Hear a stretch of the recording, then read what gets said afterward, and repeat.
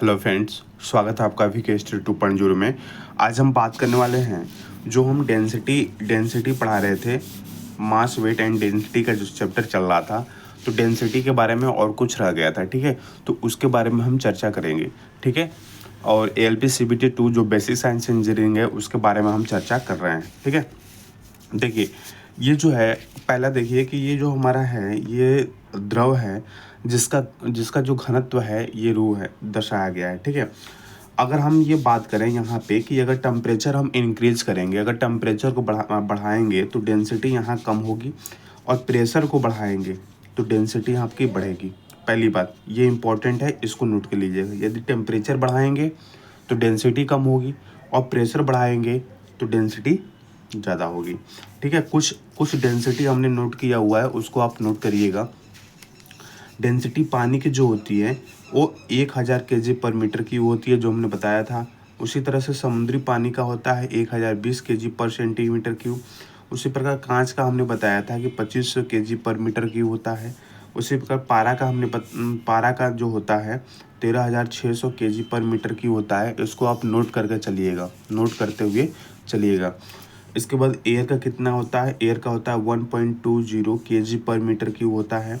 लोहे का कितना होता है 7850 kg पर मीटर क्यूब होता है। तो ये सारी चीज़ें हैं। ठीक है, उसके बाद अगर हम सोने की बात करें तो सोना का कितना होता है, तो सोना का होता है 19300 kg पर मीटर क्यूब होता है। 19300 kg पर मीटर क्यूब होता है। पेट्रोल की बात करें, पेट्रोल का कितना होता है तो 750 kg पर मीटर क्यूब। एल्कोहल का 800 kg पर मीटर क्यूब। तेल का कितना होता है 850 kg पर मीटर क्यूब। लकड़ी का 600 kg पर मीटर क्यूब। और बर्फ़ का कितना होता है 900 kg पर मीटर क्यूब।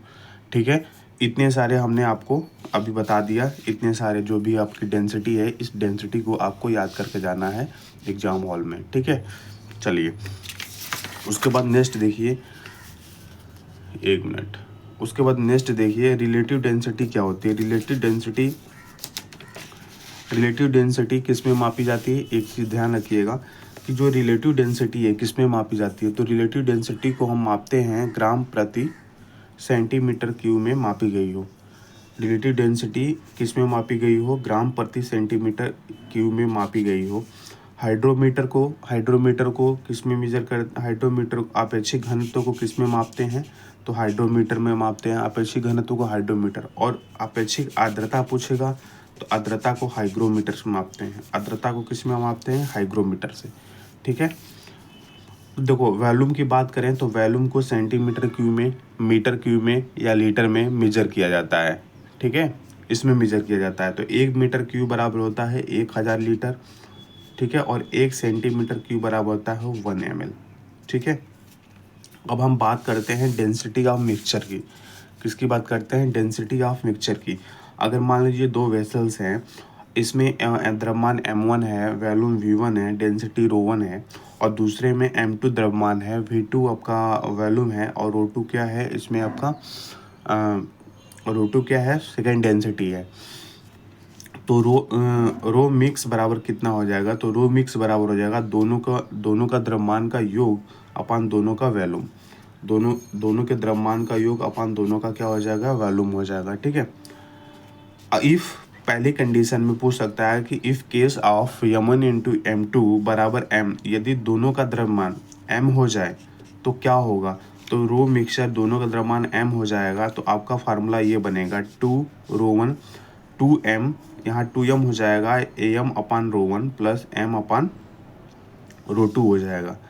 क्लियर है ना, कैसे, क्योंकि भी द्रव्यमान बटे रो बराबर द्रव्यमान बटे आयतन होता है, तो उसके तरह से द्रव्यमान, तो यहाँ से v निकालेंगे तो द्रव्यमान बटा ρ1 हो जाएगा।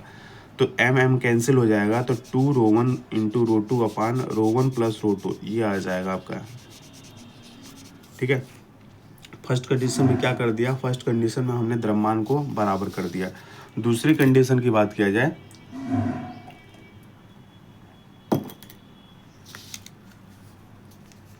दूसरी कंडीशन में यहाँ पे हम वॉल्यूम को बराबर कर रहे हैं। जो वॉल्यूम हुआ v1 बराबर v2 बराबर v के हम बराबर कर दे रहे हैं।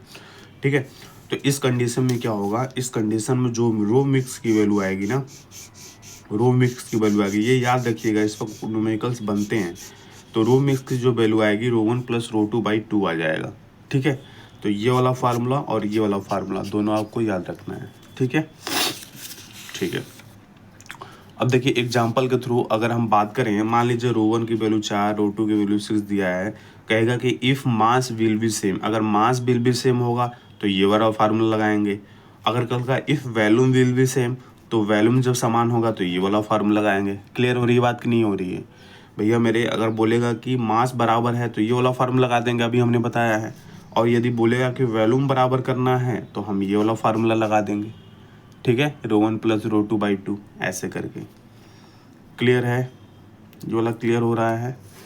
ठीक है। अब थोड़ा सा ये देख लेते हैं, यहाँ हमने लिखा हुआ है बैरोमीटर। भाई बैरोमीटर जो लिक्विड पारा इसकी खोज जिसने की थी तारिसाली नामक वैज्ञानिक ने किया था। ये किसको मापता है? वह वांडेल दाब को मापता है।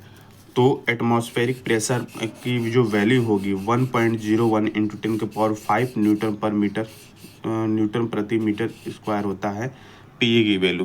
पीए मतलब एटमॉस्फेरिक प्रेशर 1.01 इंटू 10⁵ न्यूटन पर मीटर स्क्वायर, ये आपकी यहाँ पे वैल्यू हो जाएगी। ठीक है, समझ बात आ रही है? और देखना है तो आप देख लो यहाँ पे द्रव दाब क्या होता है। द्रव दाब मान लीजिए यहाँ पे इसकी कोई एक वेसल्स है, यहाँ कोई ऑब्जेक्ट रखा हुआ है, तैर रहा है, इसकी हाइट h है, तो P बराबर mg। P बराबर क्या होता है? F बाई ए होता है, F बाई ए होता है, लेकिन F बराबर mg बाई ए हो गया। ठीक है, तो P बराबर, और बिंदु x पर जो दाब लग रहा है, बिंदु x पर जो इस पॉइंट पर जो दाब लग रहा है, P बराबर रो जी एच लग रहा है। क्या लग रहा है? रो जी एच लग रहा है। ठीक है, रो जी एच लग रहा है।